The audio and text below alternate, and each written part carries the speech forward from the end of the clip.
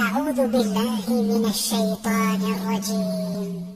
بسم الله الرحمن الرحيم.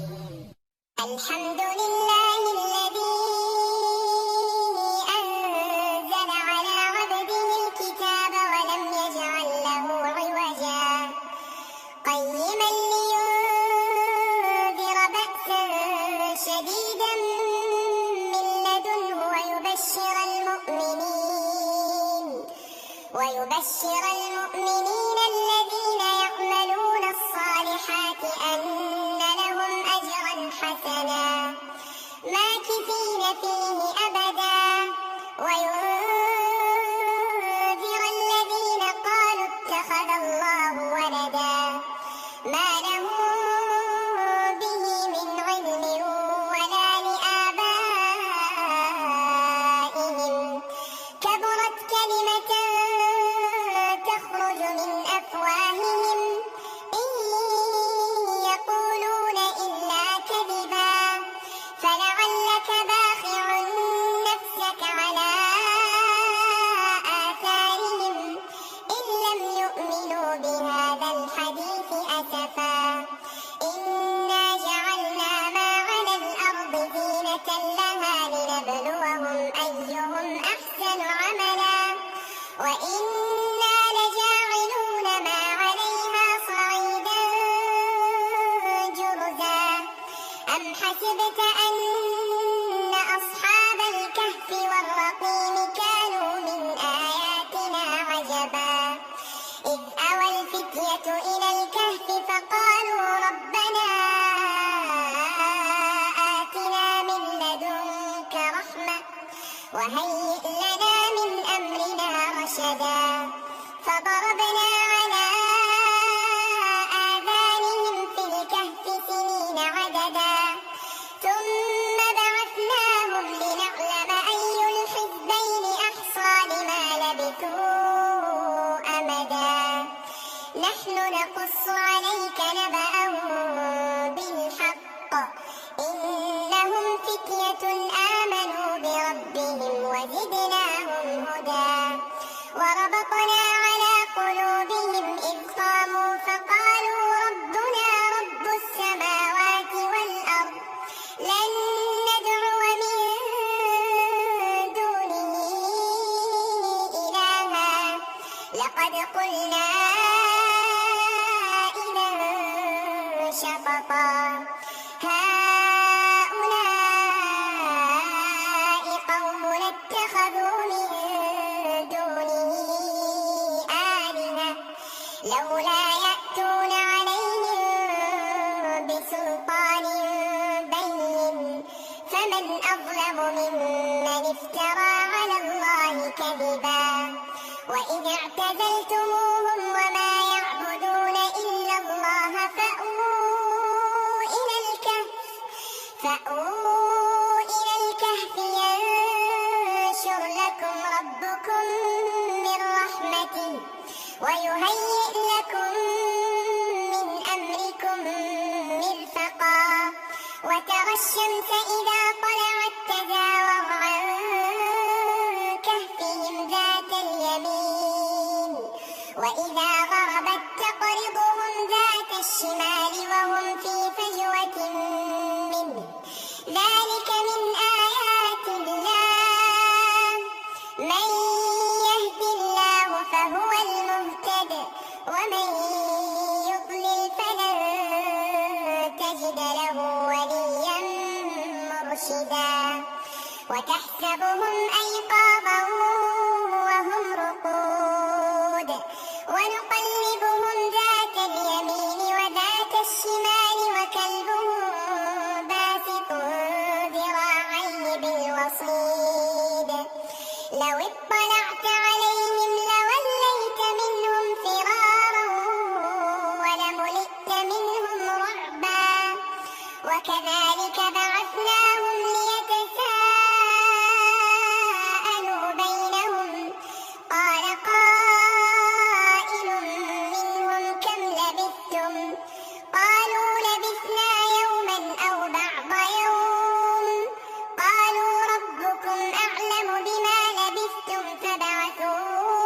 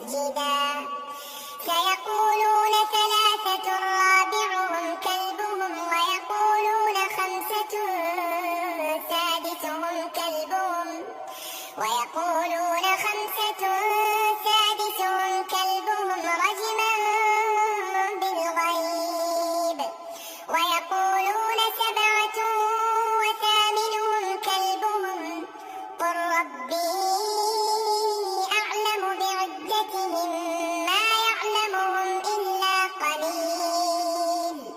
فلا تمار فيهم إلا مراء ظاهرا ولا تستفت فيهم منهم أحدا ولا تقولن لشيء إني فاعل ذلك غدا إلا أن يشاء الله واذكر ربك إذا نسيت وقل عسى أن يهديني ربي لأقرب من هذا رشدا ولبثوا في كهفهم 300 سنين وازدادوا 9 قل الله أعلم بما لبثوا له غيب السماوات والأرض أبصر به وأسمع ما لهم من دونه من ولي ولا يشرك في حكمه أحدا واتل ما أوحي إليك من كتاب ربك لا مبدل لكلماته ولن تجد من دونه ملتحدا واصبر نفسك مع الذين يدعون ربهم بالغداة والعشي يريدون وجهه ولا تعد عيناك عنهم تريد زينة الحياة الدنيا ولا تطع من أغفلنا قلبه عن ذكرنا واتبع هواه وكان أمره فرطا وقل الحق من ربكم فمن شاء فليؤمن ومن شاء فليكفر إنا أعتدنا للظالمين نارا أحاط بهم سرادقها وإن يستغيثوا يغاثوا بماء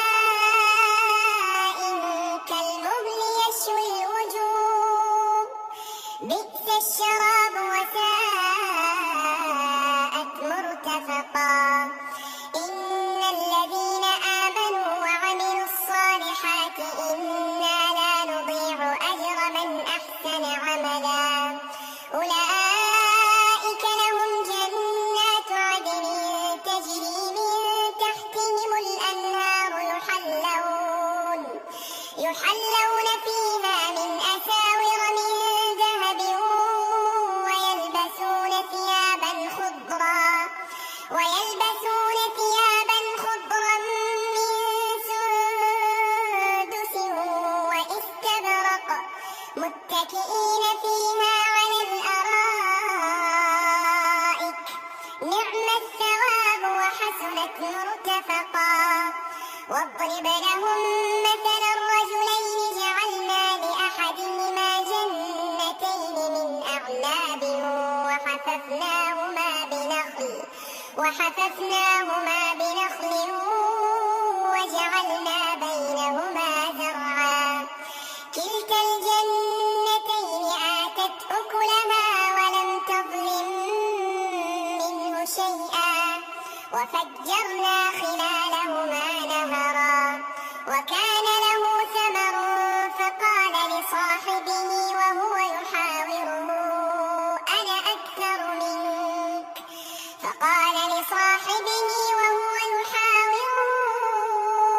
أكثر منك مالا وأعز نفرا ودخل جنته وهو ظالم لنفسه قال ما أظن أن تبيد هذه أبدا وما أظن الساعة قائمة ولئن رددت إلى ربي لأجدن خيرا منها منقلبا قال له صاحبه وهو يحاوره أكفرت بالذي خلقك من تراب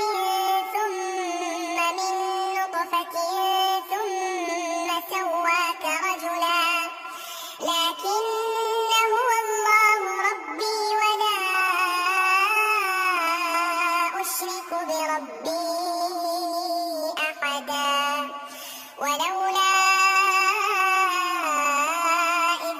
دخلت جنتك قلت ما شاء الله لا قوة إلا بالله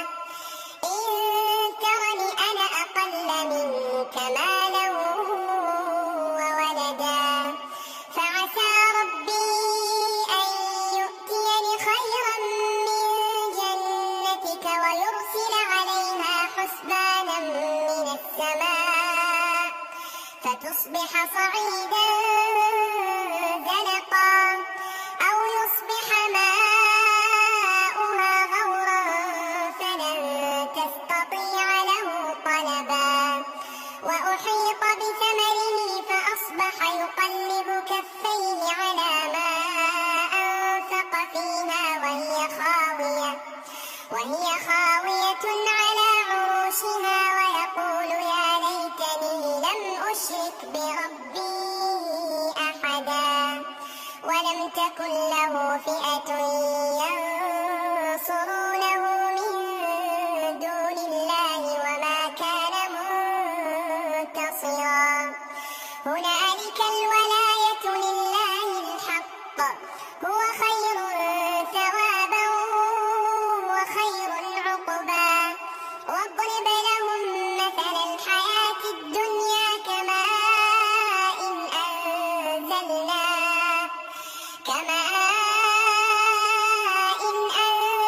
أنزلناه من السماء فاختلط به نبات الأرض فأصبح هشيما تذروه الرياح وكان الله على كل شيء مقتدرا المال والبنون زينة الحياة الدنيا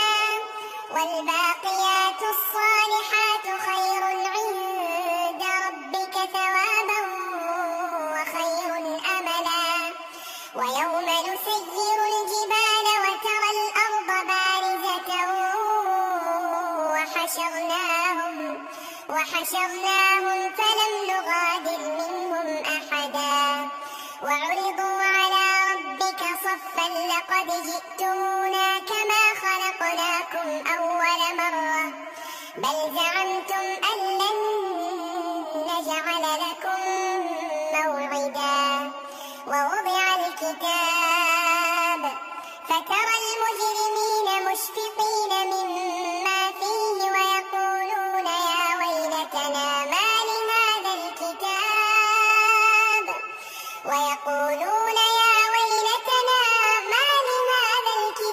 لا يغادر صغيرة ولا كبيرة إلا أحصاها ووجدوا ما عملوا حاضرا ولا يظلم ربك أحدا وإذ قلنا للملائكة اسجدوا لآدم فسجدوا إلا إبليس كان من الجن ففسق عن أمر ربه أفتتخذونه وذريته أولياء من دوني وهم لكم عدو بئس للظالمين بدلا ما أشهدتهم خلق السماوات والأرض ولا خلق أنفسهم وما كنت متخذ المضلين عضدا ويوم يقول نادوا شركائي الذين زعمتم فدعوهم فلم يستجيبوا لهم وجعلنا بينهم موبقا ورأى المجرمون النار فظنوا أنهم مواقعوها ولم يجدوا عنها مصرفا ولقد صرفنا في هذا القرآن للناس من كل مثل وكان الإنسان أكثر شيء جدلا وما منع الناس أن يؤمنوا إذ جاءهم الهدى ويستغفروا ربهم إلا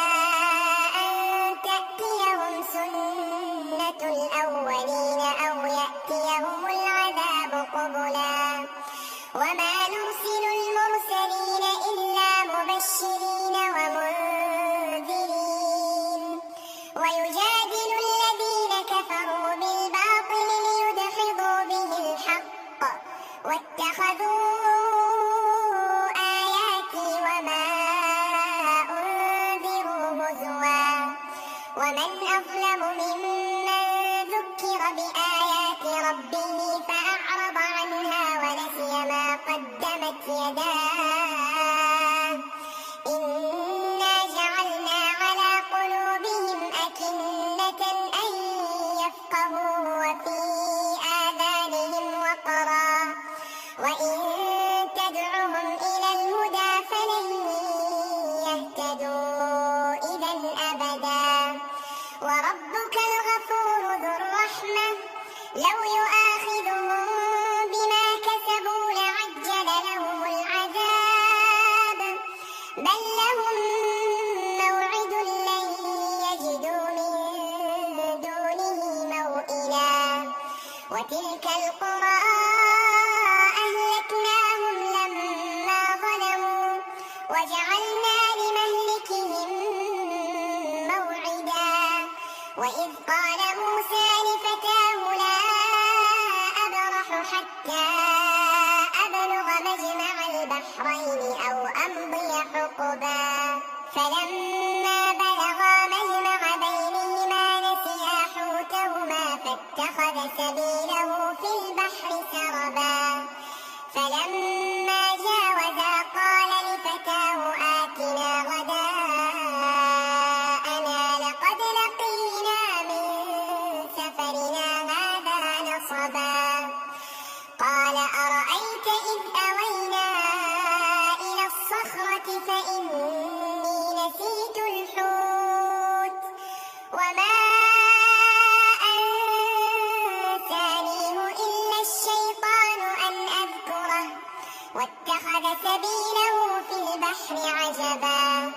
قال ذلك ما كنا نبغ فارتدا على آثارهما قصصا فوجدا عبدا من عبادنا آتيناه رحمة من عندنا وعلمناه من لدنا علما قال له موسى هل أتبعك على أن تعلمني مما علمت رشدا قال إنك لن تستطيع معي صبرا وكيف تصبر على ما لم تحط به خبرا قال ستجدني إن شاء الله صابرا ولا أعصي لك أمرا قال فإن اتبعتني فلا تسألني عن شيء حتى أحدث لك منه ذكرا فانطلقا حتى إذا ركبا في السفينة خرقها قال أخرقتها لتغرق أهلها لقد جئت شيئا إمرا قال ألم أقل إنك لن تستطيع معي صبرا قال لا تؤاخذني بما نسيت ولا ترهقني من أمري عسرا فانطلقا حتى إذا لقيا غلاما فقتله قال أقتلت نفسا زكية بغير نفس لقد جئت شيئا نكرا قال ألم أقل لك إنك لن تستطيع معي صبرا قال إن سألتك عن شيء بعدها فلا تصاحبني قد بلغت من لدني عذرا فانطلقا حتى إذا أتيا أهل قرية استطعما أهلها فأبوا أن يضيفوهما فوجدا فيها جدارا يريد أن ينقض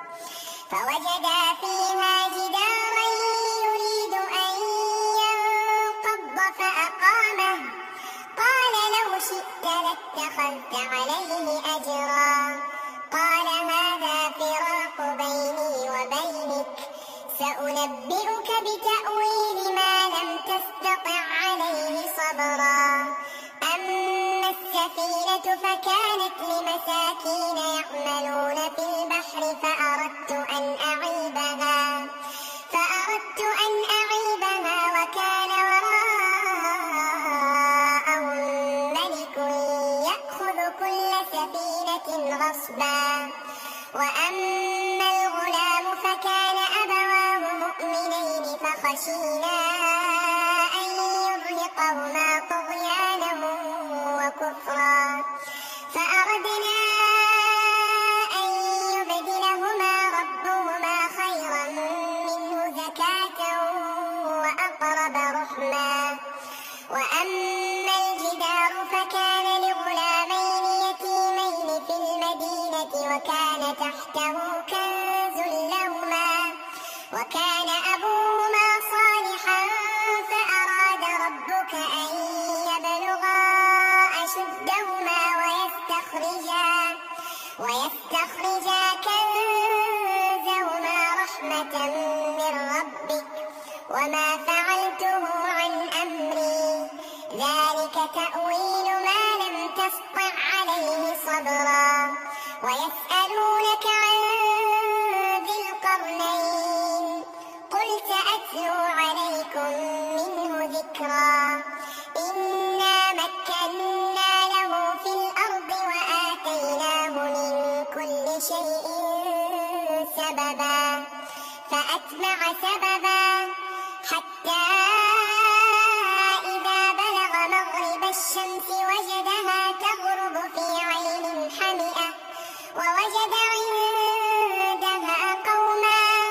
قلنا يا ذا القرنين إما أن تعذب وإما أن تتخذ فيهم حسنا قال أما من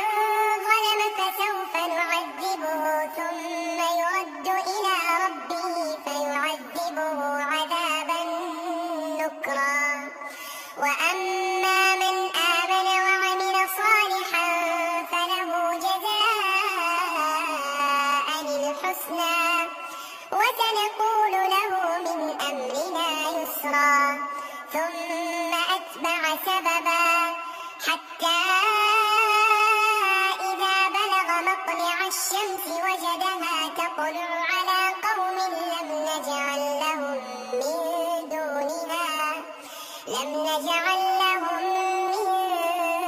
دونها سترا كذلك وقد أحطنا بما لديه خبرا ثم أتبع سببا حتى إذا بلغ بين السدين وجد من دونهما قوما لا يكادون يفقهون قولا قالوا يا ذا القرنين إن يأجوج ومأجوج مفسدون في الأرض فهل نجعل لك خرجا على أن تجعل بيننا وبينهم سدا قال ما مكني فيه ربي خير فأعينوني بقوة أجعل بينكم وبينهم ردما آتوني زبر الحديد حتى إذا ساوى بين الصدفين قال انفخوا حتى إذا جعله نارا قال آتوني أفرغ عليه قطرا فما استطاعوا أن يظهروه وما استطاعوا له نقبا قال هذا رحمة من ربي فإذا جاء وعد ربي جعله دكاء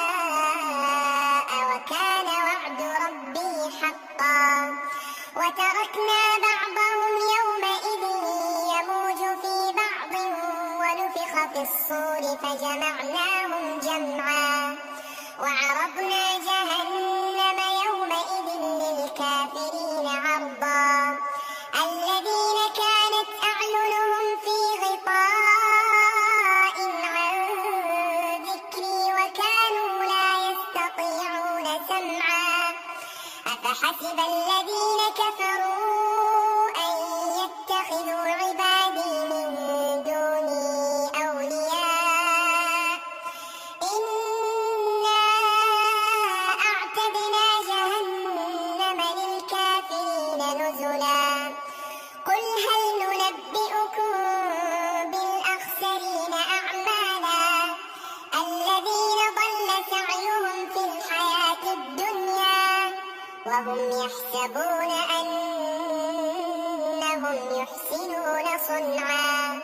أولئك الذين كفروا بآيات ربهم ولقائه فحبطت أعمالهم فلا نقيم لهم يوم القيامة وزنا ذلك جزاؤهم جهنم بما كفروا واتخذوا آياتي ورسلي هزوا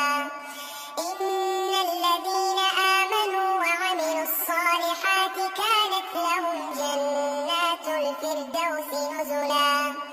خالدين فيها لا يبغون عنها حولا قل لو كان البحر مدادا لكلمات ربي لنفد البحر قبل أن تنفد كلمات ربي ولو جئنا بمثله مددا قل إنما